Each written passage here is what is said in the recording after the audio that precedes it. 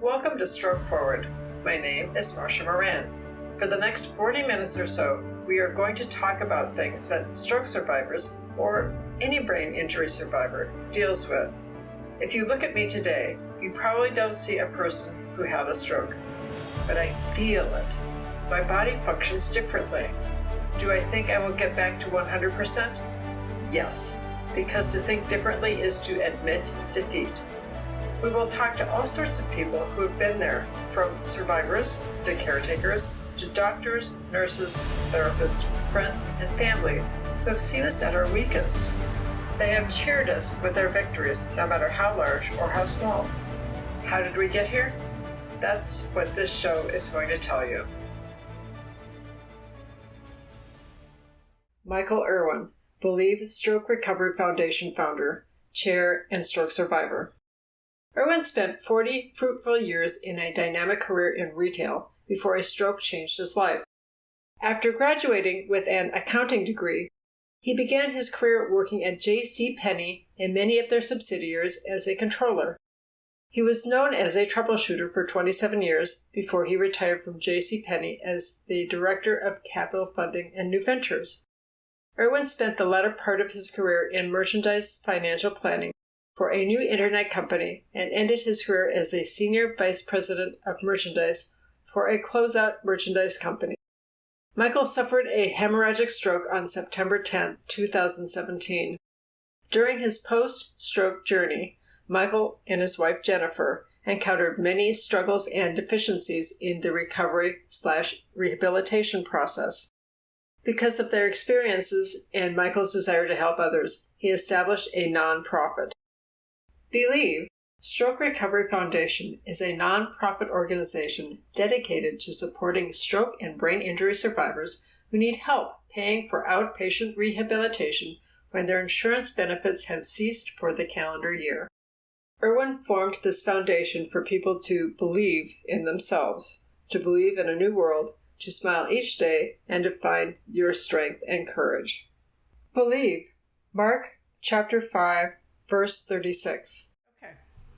I am delighted to introduce Michael Erwin today. So, Michael, how are you doing? It's absolutely a wonderful day, Marcia, except for you interrupted. This is my nap time. Oh, I'm sorry. Now I'm not getting to take a nap. Uh-oh.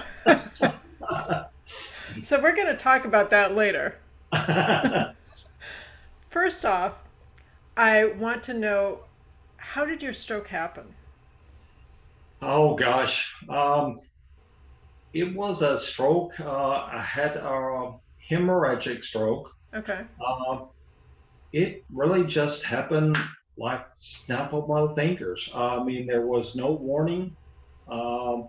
I had it at 7:30 on a Sunday morning, and that was the end. I woke up. I was talking to my wife. We were having a fun conversation, and I got ready to get up. I lost my balance. I knew something was going on when I fell backwards. And she recognized what was happening, and it continually got worse.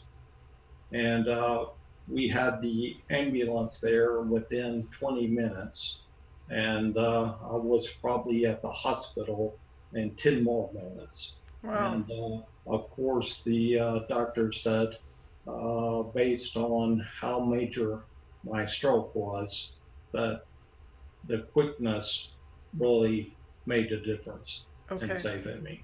So how did your wife know that you were having a stroke? Because most people really don't. It's interesting. Really, about 2 weeks before that, she had taken a course at her office. And so she was the main contact to the EMS, and she knew immediately what I was doing. My face drooped, and I lost my left limbs, I mean my right limbs, as far as the leg and the arm. And I don't really remember much after losing that numbness in my right side. But she called the police, I mean the ambulance, ASAP. In fact, they were so close that she heard them on the phone coming as she was talking to him. Wow. Okay. So, how did this affect her? You're having a stroke. Oh gosh. So many people look at the caregiver and they don't really think about the impact of her or him compared to the stroke survivor. Right. But a lot of times their world is turned upside down too. Mm-hmm. I mean, I went from being a great revenue source to not making any money at all. Yeah. And she was in the hospital with me for 36 days. She stayed every night. Her boss was great and uh, let her do whatever was necessary as far as me. But I know those first 6 months, it was really tough on her as far as um, getting me up. Everything was in a wheelchair. Getting me up at night, boy, it was tough. What all she had to go through as far as uh, going through all the paperwork and everything where it pertained to me. I really did not have the ability at that time to comprehend anything that I was doing. So all the responsibility, all of the responsibility of the home, of the bills, everything fell on Jennifer. It was just a savior I had jotted down um, by uh, the websites, the password. Mm-hmm. Just about 10 days before, so she would have it just for the sake of having it. All right. And she happened to find that on my desk. She didn't know I did it, but she couldn't believe it. She said that was a huge savior because I had always done the bills. She had no idea where anything was. And Right. that having those passwords available to her was a great, well, we might as well say it was a godsend. Yeah. So I know that before my stroke, it was in March, and I was doing our taxes, Oh yeah, and my husband hasn't ever done our taxes. So he was really relieved that my sister was a CPA and she yeah, came and she did an extension for us because yes. without that, he wouldn't have had any idea what to do. We did the same thing. Yeah. So you said you were in the hospital for 36 days? That's correct. So tell me about how your hospital stay really was. you know, I really don't remember a lot about it. The first 10 days I was in ICU, Huh. and the next 26 days, I guess it was all about rehab. And Um, I had a few funnies while I was in the hospital. Uh, I couldn't hardly speak and Right. I couldn't find any of my words. But anything I could find, it was really, as I would say, $10 words. It was like I went back into college, even the speech teacher and my wife, they were looking up the words. They weren't even sure they were words. And sure enough, I was providing the words. But, something as simple as and go and stop, I couldn't get out to save my life. But, well, this happened twice. Um, my hearing was very sensitive, Mm-hmm. and my eyes were also very sensitive. I couldn't stand for two people to talk at once. Yep. And my wife, when she stayed up there, they have a laundry room. So one night she went to the laundry room, and for I don't know why she did it, but she left her phone in the room, and the alarm went off. And I don't know why she even had it set. That about drove me crazy. And, I was about ready to kill somebody, but I couldn't get a nurse. I couldn't get her. I couldn't get anybody. So I had to deal with the sounds uh, going off. But the funny thing was, she did it a second time, which is unbelievable. Um, you know, um, Rehab was really pretty unbelievable. I just couldn't believe that my leg and my arm was a noodle. I mean, it just wouldn't move. I, Mm-hmm. I was amazed at that. And I just didn't know what to do. But I always had in the back of my mind that if I could just get out of this hospital, I could work out and I would get better. I knew about working out, and I was in great cardio shape, and I just needed to get out of the hospital. Um, and of course, as you know, it's a little bit different than what you think when you get out. I Yep. mean, a stroke is the real deal. Yep. And I do work out every day, every other day, but a lot of things don't always equate to your arm and your leg. And even though I ride the bicycle, for example, the recumbent bike, and I ride it an hour, but it doesn't necessarily equate to walking perfectly normal. Yep. I still deal with problems, and some days are all great, other days it's a real challenge. Yep. So tell me whether or not you had doctors that said you have a year to get better and then you're done, or did you have doctors that said you can go on as long as you think you can, as long as you think you can? Yeah, most doctors, they were anywhere from 3 to 6 months. Okay. They were like, you probably won't get much better after 3 months to 6 months. And I didn't know how much was true. Um, I was stuck in a wheelchair. They thought that that's where I would be. And I refused. As soon as I could get rid of that, I got rid of it. I didn't care if I had to drive this leg, I was going to be out of that wheelchair. But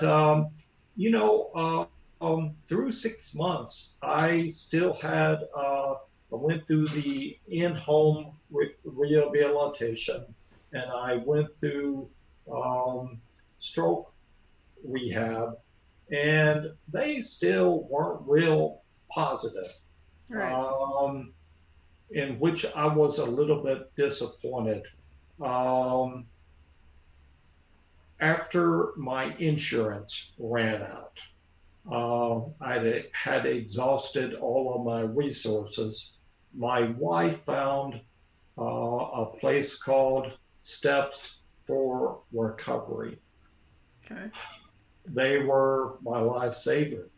I never forget, she pushed me in the wheelchair in to see them, and I saw the physical therapist first. And she looked at me and she told me, she said, if you will listen to me and you will follow my instructions, you will be out of this wheelchair. And I promise you, if you work hard, you will walk around this building without a cane. And Wow. of course, I'm sitting here and I believe her, but after 6 months of being in that wheelchair, I really question her telling me that. But lo and behold, she was, oh man, she was a good therapist. Uh, she was motivational. She was compassionate, and she kicked you in the ass if you needed it. So I just can't ever say enough about Bren Kennedy. Yeah. So you talked about caregivers. How long did your caregiver or your wife rule the roost? Um, it's been kind of funny. One thing that she was always finishing my sentences Mm-hmm. because I couldn't. And when I finally, about a year and a half went by, I got where I could start to finish sentences. And trying to break her of that habit was really hard. Mm-hmm. I mean, it was constantly whenever I was talking, she would interject. And I said, "Hun, I can finish my sentence." But, you know, um, I think it was probably 2 years before she let loose my where I was at, what I was doing, making sure I wouldn't fall. Um, she even today she still has a little bit, but I definitely brought out her dominant side. Mm-hmm. And before I was always the dominant personality in the relationship, but she has definitely taken charge, and um, it's, I laugh about it. I don't ever get mad. I have a super patience level today that I didn't have Mm-hmm. before the stroke. And I just like to smile and be happy and tell her I love her to death. Yeah. So we go on through that. So the super patience, did you have that immediately after your stroke, or is it something that you learned over time? I think I learned over time. You know, it was when I was going through physical therapy with Mm-hmm. Rand Kennedy, which I learned everything. I really, my patience wasn't too good. I wanted to walk and I wanted to do it now. Yep. And it was about probably 6 months into physical therapy with Bren that I realized that, this was going to be on God's time and not my own. And I just needed to chill out and just relax and take my time and be patient. And it was kind of hard to learn that. But as soon as I let loose, boy, my life has been so much better. And Mm-hmm. everything about that stroke it's been hard and it's been challenging. I won't lie. But I just view everything as an opportunity, and I continue. I hope to get better, and I go on it every day from there. Yeah. So we've talked about it a little bit, but it sounds like you had aphasia. I did, I guess, for a good year. I really had trouble pronouncing words, and I still have problems with certain words. But um,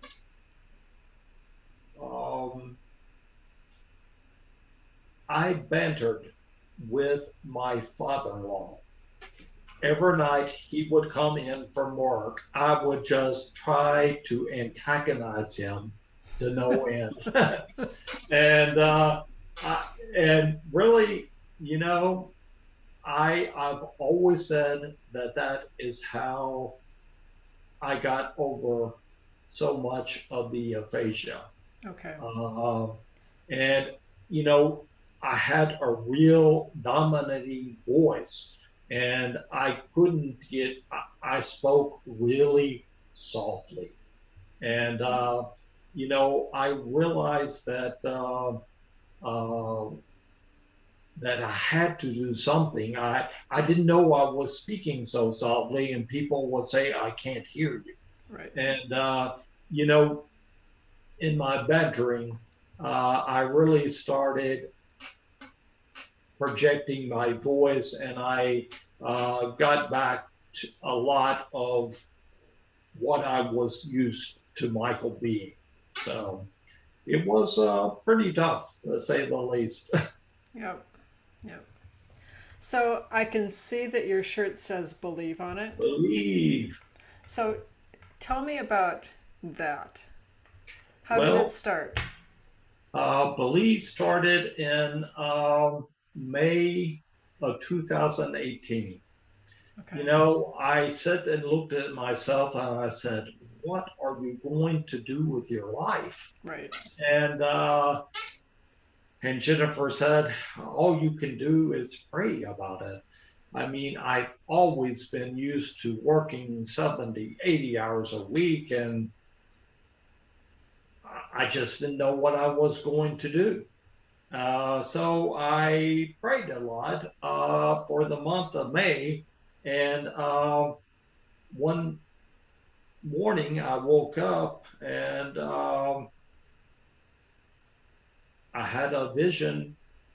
Michael opened a nonprofit for stroke survivors.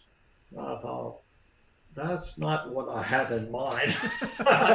uh, and, you know, I thought, that's not right. I don't know where I got that, but that's not right. But anyway, I continued to have the dream, and it was strange. And I kind of bargained with God. I told him, well, I want to walk.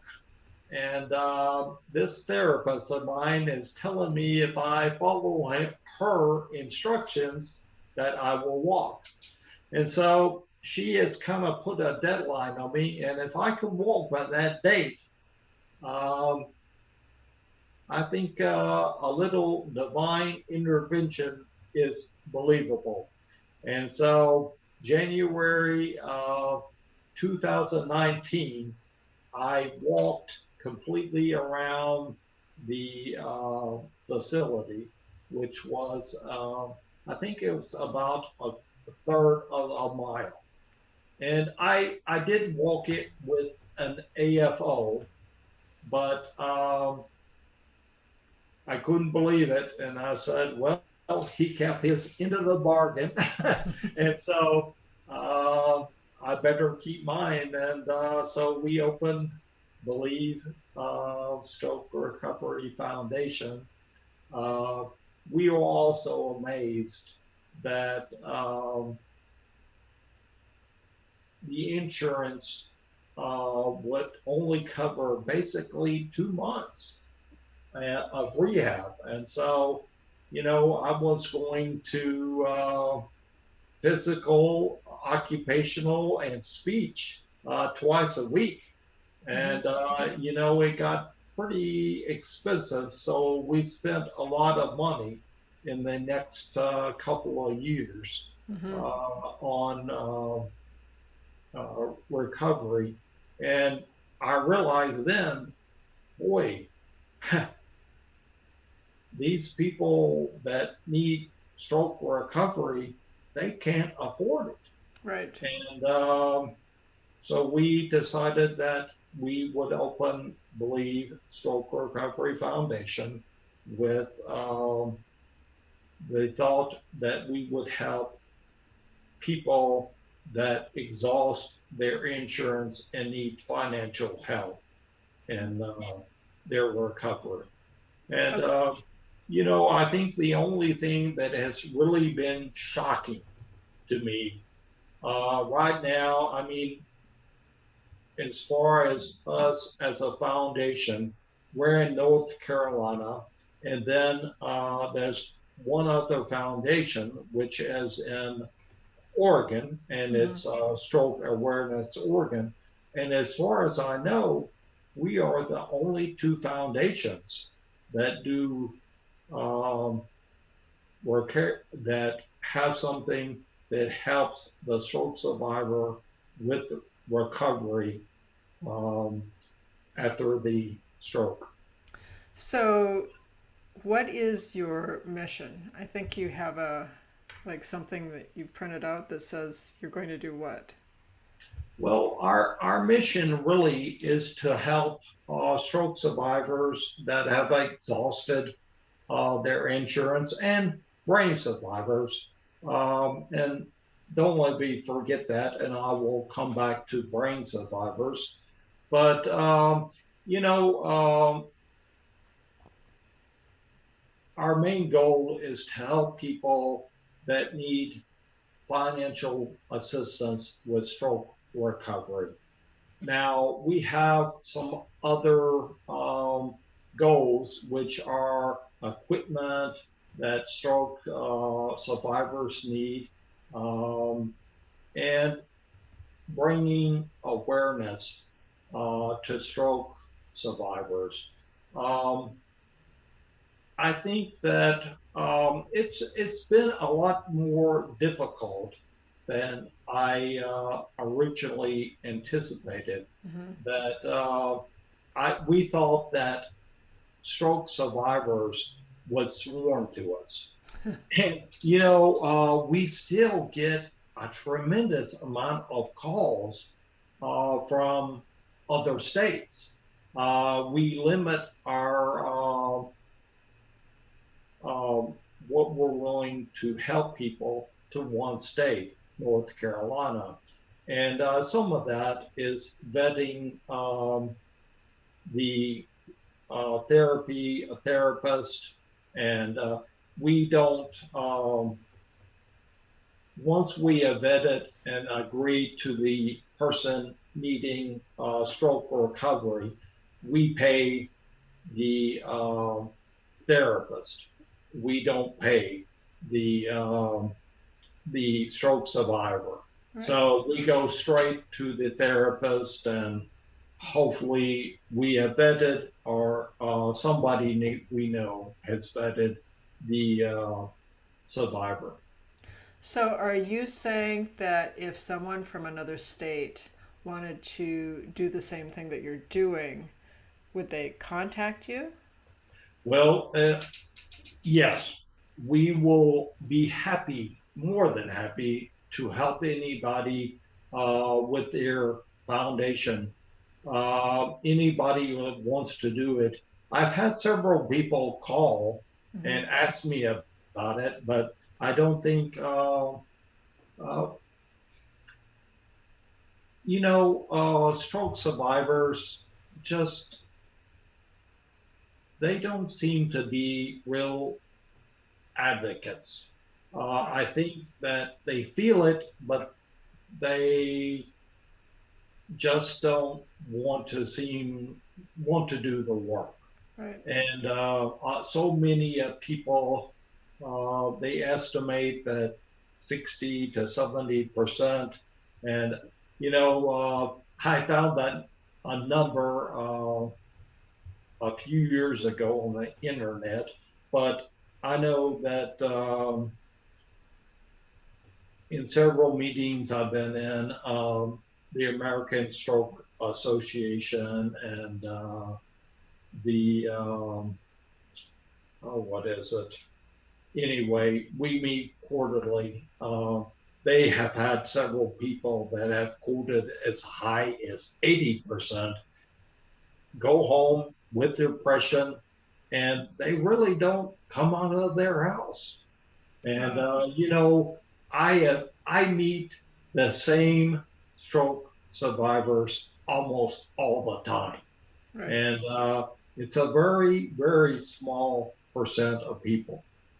Um, I think it had been about a year and a half of seeing Bren at Steps for Recovery, and I got to drive. And, I went through a certified driving company, and they okayed me to drive. And I'll never forget my first day driving. I went to a sports bar that was close to the house. And I was bubbling over with excitement. Uh, I went every day for, I bet, a month. But, to walk in with a cane, uh, to sit at the table and watch sports and eat was just incredible. I thought from where I was and to where I am now. And uh, that is the excitement that I want to give and see from other stroke survivors. Yeah. Uh, it it's just unbelievable. It's So, oh, sorry, go no, ahead. I'm sorry. It's just self independence that you didn't think you were ever going to have again, and certainly. I think there are more resources out there for stroke survivors. It's just making them aware of them and available to the stroke survivor. So, are you thinking that you are cognizant of what other people are thinking about you when you went walking into this place, or were you thinking, I just don't care?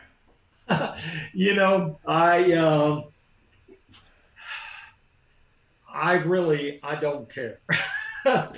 It's I was so happy I didn't know what to do, and I mean, from a year and a half ago, I was stuck in a wheelchair, and I am going in by myself, and boy, it's uh, it's that's the reason that you smile every morning when you get up. Yep. Yep. So, we talked early on about needing a nap. So, other than naps, are there any other things that you do normally that you didn't used to do before the stroke? um, everything has been gradual on Okay. getting back to normal. Um, I really don't. Strangely, I probably take a nap 2 days a week. Okay. I don't nap as near as much as I used to. Okay. But you know, fatigue is a real problem with stroke survivors. I think some people have it much worse than others, or survivors, that is. Um some of it, I don't know how bad it is. Um, I think it was my makeup to push myself uh, physically, whether fatigue. was wearing me out or just the physical nature of the exercise. But I know that certainly the first year it was very tough. I'll never forget my walking around a table for Mm-hmm. the first time. It was with my mother-in-law, and she couldn't believe I did it. And after I walked one time around, I needed a nap. Yep. But I think I slept, gosh, I bet 16 hours a day that first 6 months, and Yep. it was tough. Yep. So today I really don't have any effects, I think, of the stroke. I can stay up, and even if I go to bed early, I'm just going to bed to be going to bed. I typically stay up till 11:30, 12 o'clock watching TV. And, in that first year, boy, I was falling asleep at 7 o'clock. So, Yep. um, Yep. it's a lot better. I think two things I had. I used to have an extreme numbness from my ear all the way down my face, and I basically got over that after 2.5, 3 years. Yep.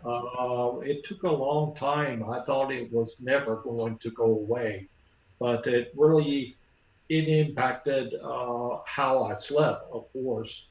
But the other thing that used to really impact me, um, rain. Whenever it was going to rain, I swear I would be laid up for a day while it rained. I Huh. just was physically drained. Huh. Uh, and I don't know what caused that, but I had it, I guess, for 2 years, 2.5 years. That really bothered me. And even when I went to rehab, they recognized that I was just, if it was bad weather out, I don't know what caused it, but Hmm. something did. I don't know what it was. Hmm. That's really odd. Yeah, we've all got very strange things that happen to us, and um, we can't explain them. Well, it's like my arm today. Um, the subconscious is obviously a very powerful thing. Um, I'll go to the therapist, and he will relax me and have me listen to something, and he will nudge me. He said, "Look at your arm."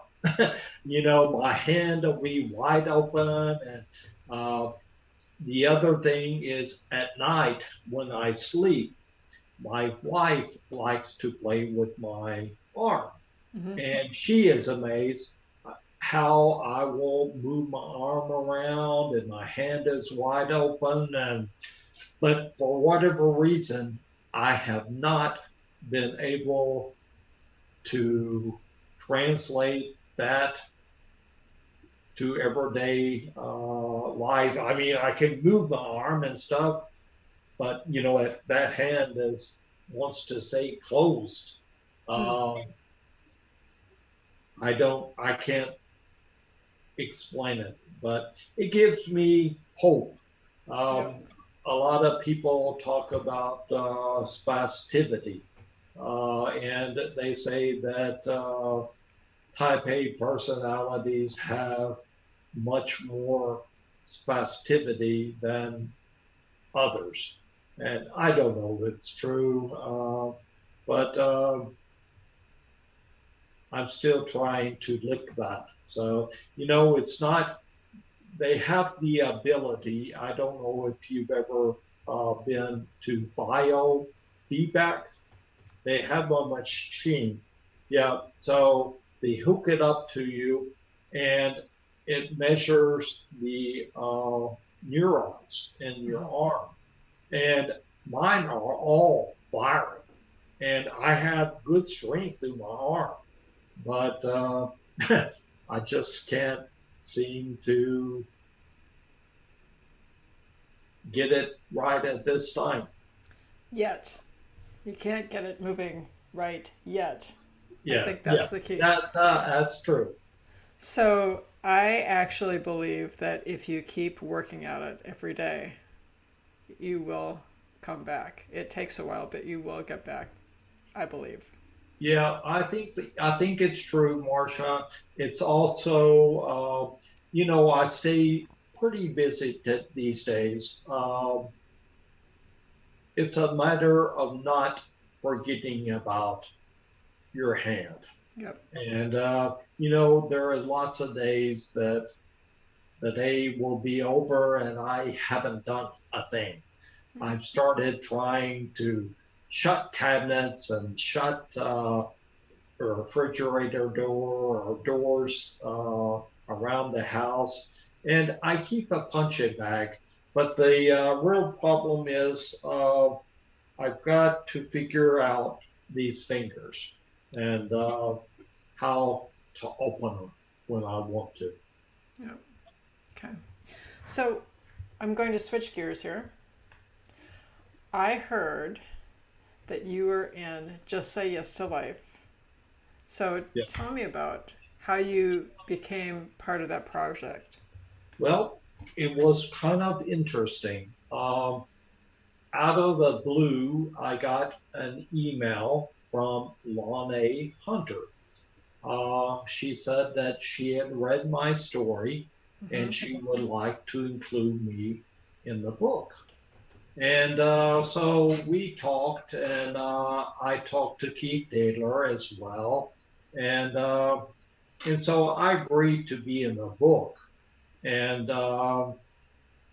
the next step was meeting the author who was going to write about uh, my stroke and what all occurred in my life and also Jennifer's life. And it was interesting. I spent probably 6 or 7 hours with her. I will say the first time I spent it with her, um, I got real emotional, and that was really kind of interesting for me. Just out of the fact I'm not an emotional guy, but going back all of the feelings, she resurrected them. Mm-hmm. And I went back through everything that I went through Mm-hmm. and going through it.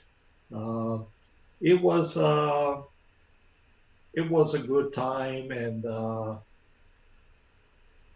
I enjoyed it. And Jennifer enjoyed it, and you know, I don't think uh, none of us want to forget exactly what we went through because that is the reason we're where we're at. So we worked hard.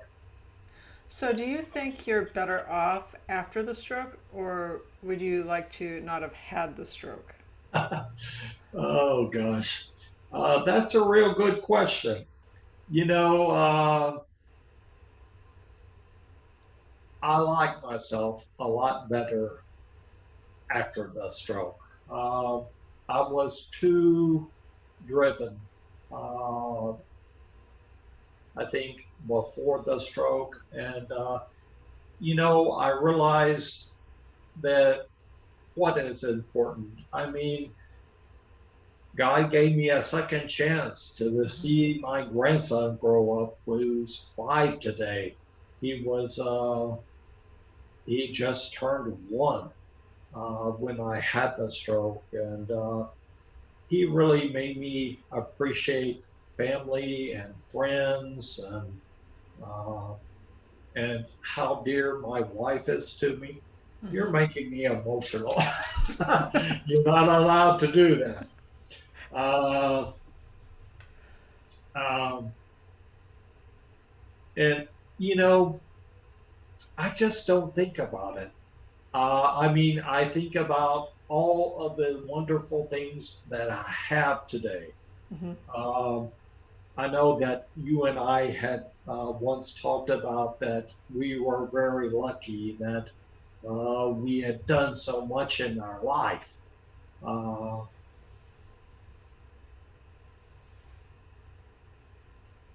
Today, I just don't think about it.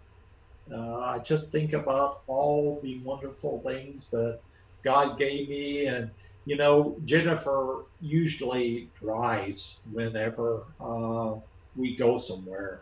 I just sit and look at the window, and I always drove, but I look at the window and I realize there is such beauty Mm-hmm. uh, to everything that has been created on this earth. And, I just never looked at the life in that perspective, I guess. Okay.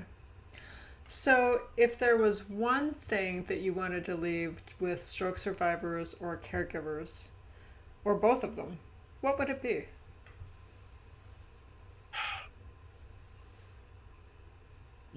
I think that caregivers are, they're really special Yeah. because really, they love us so much and they have taken care of us so much and gone through so much with us. Yep. Um, I just would wanted to know how special and how wonderful they are. Um, I think the thing for stroke survivors, it's like I spoke to earlier. There is nothing more exciting than gaining yourself independence back.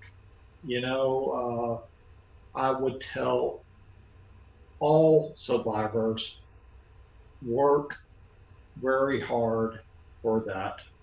I met a gentleman my very first day at Steps for Recovery, and I didn't know anybody. He came over where I was at, and he said, no matter how bad I feel, I am going to give each day 10 to 15 minutes for some type physical activity. No matter how bad you feel, go ahead and do that. And I think he was a big inspiration. I remember his name, Jeff. I never seen him again. It's very strange, but he made a big difference. And I would just tell the stroke survivor, go for that self independence. It's a wonderful thing, and smile each day. Okay. So, how do people get in touch with you? Well, they can go to Believe, of course. They can do that. Believe SRF. Believe SRF at Gmail. Okay. Uh, that is the easiest way. That stands for Stroke Recovery Foundation. So if you can remember, Believe SRF, uh, that is the easiest way to get a hold of me. Okay. So, thanks for taking the time to talk with me today, Michael. You're very welcome. Thank you for listening to the Stroke Forward podcast. If you enjoyed the podcast, please like it and then share it with friends. If you want to know more about my coaching, please contact me at marcia@strokeforward.com. That is marcia@strokeforward.com. If you want a copy of Just Say Yes to Life, please order it from amazon.com. The proceeds go to Stroke Awareness Oregon, an amazing nonprofit that educates about stroke causes, prevention, and treatment options. My book, Stroke Forward, is also available on amazon.com.